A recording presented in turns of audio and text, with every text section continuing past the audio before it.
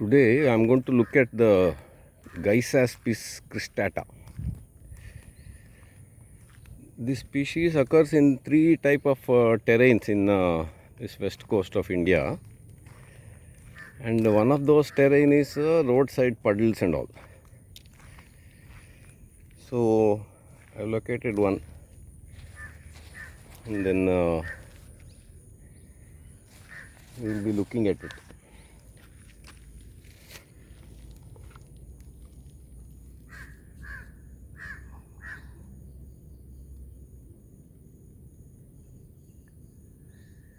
This Geissaspis cristata, it's a small legume with I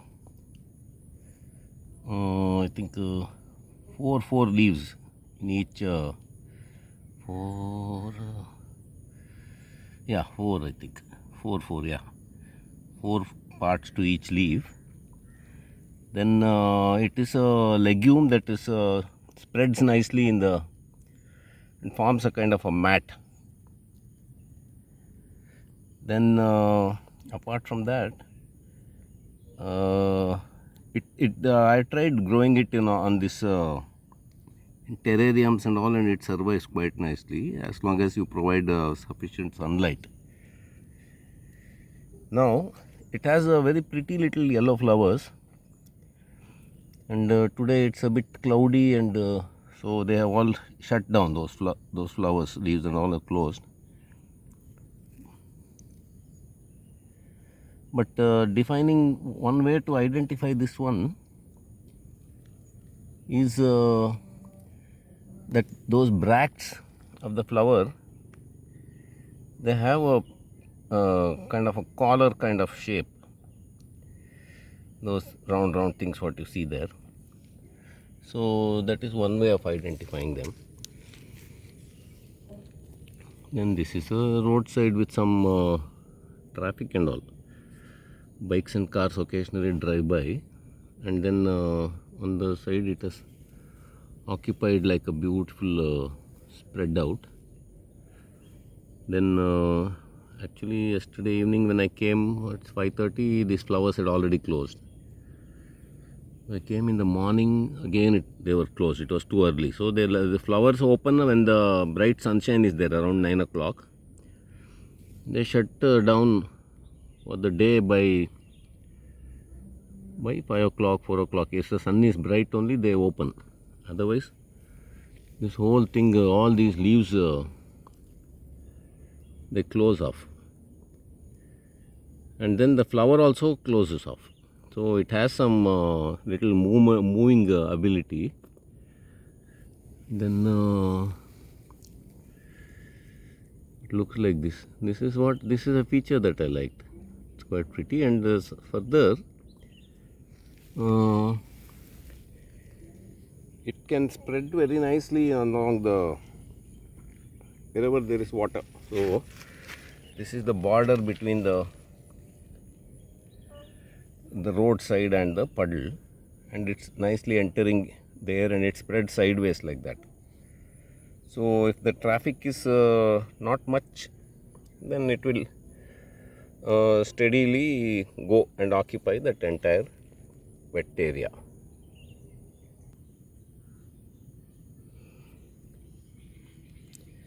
And this Geissaspis, it has an important role in maintaining soil health, because it is a legume, and it can make its own nitrogen and all. So I wanted to show the root also. It's quite easy to transplant.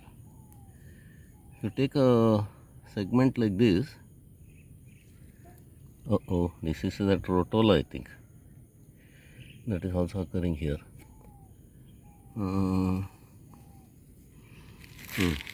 Here if we take a little segment like that,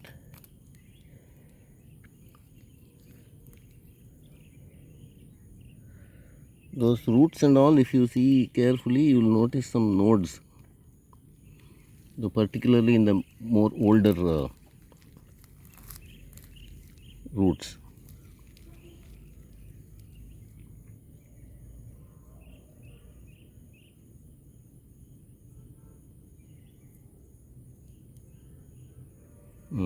Here you can see some small kind of little dots are there.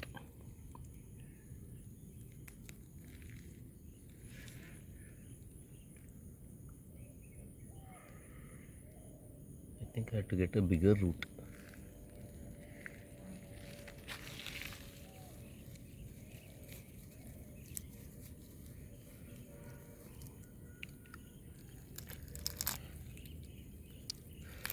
It's not endangered or anything in its natural habitat, but also people haven't how beautifully the roots spread. This is very important to stop soil erosion and all these type of plants. Though they are quite inconspicuous and people don't notice them, in reality they have an important role.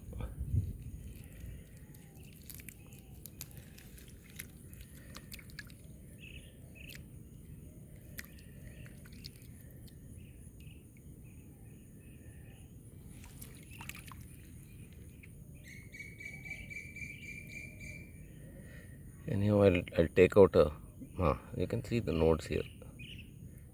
That little white dot over there, kind of nodes are there in the bigger roots. All over you can see. So that is one aspect about it. It can easily be removed from the earth and you can transplant it wherever you want. It grows well in pots and in balcony gardens also. It has a nice hanging structure, and particularly in terrariums I had a good result with the terrarium. Then there is one more patch I saw of the same Geissaspis that was quite wide and extensive. It likes a moist habitat. So this is another place where this water tends to stagnate, and the whole place is got a like carpet it has formed.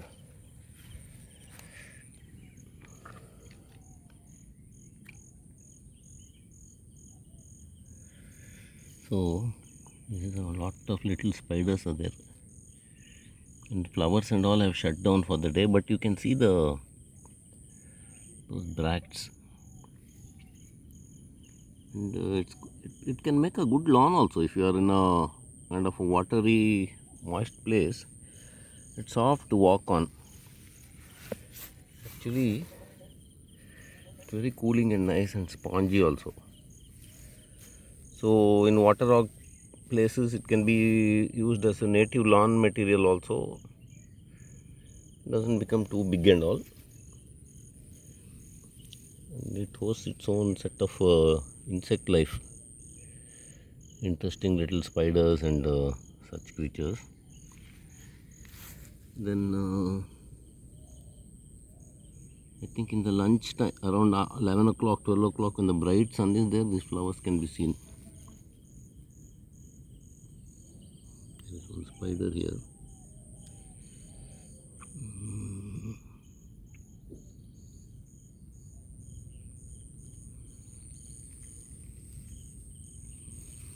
And along with that one grass is growing, and one or two mimosa pudica. Otherwise it's a mono entirely of this Geissaspis cristata only here,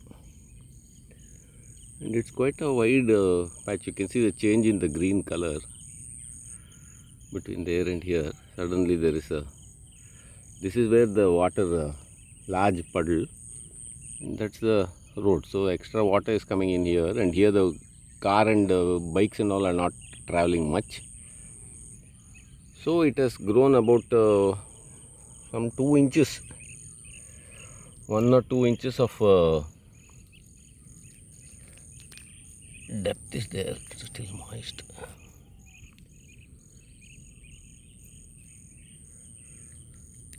So in these kind of places, I think the those people who study this mycorrhizae and all that, they can probably look up about this species also, how it does. Anyway, and one more thing, it can survive submerged also for a while. When the Because I have seen it in laterite rock communities also, small communities. It's much small size, so it can tolerate some submergence. Then it can be used in the edges of water bodies, because it will form a nice tapering edge, and it's good for little animals and all to breed and all in this kind of watery situation. With this type of grass is there in the edge of water body, little tanks and lakes and all, it's a good item to plant. Then also in these like a riverine kind of, in the lotus ponds and all, also in the edge you can plant it and allow it to hang outside of the pond. It can spread out like that. So it has, in the hands of an imaginative gardener, it has multiple uses. It's also endemic of our country, endemic plant. So people who are into biodiversity gardening and all can boldly use this species. This Geissaspis cristata. So that is the about it.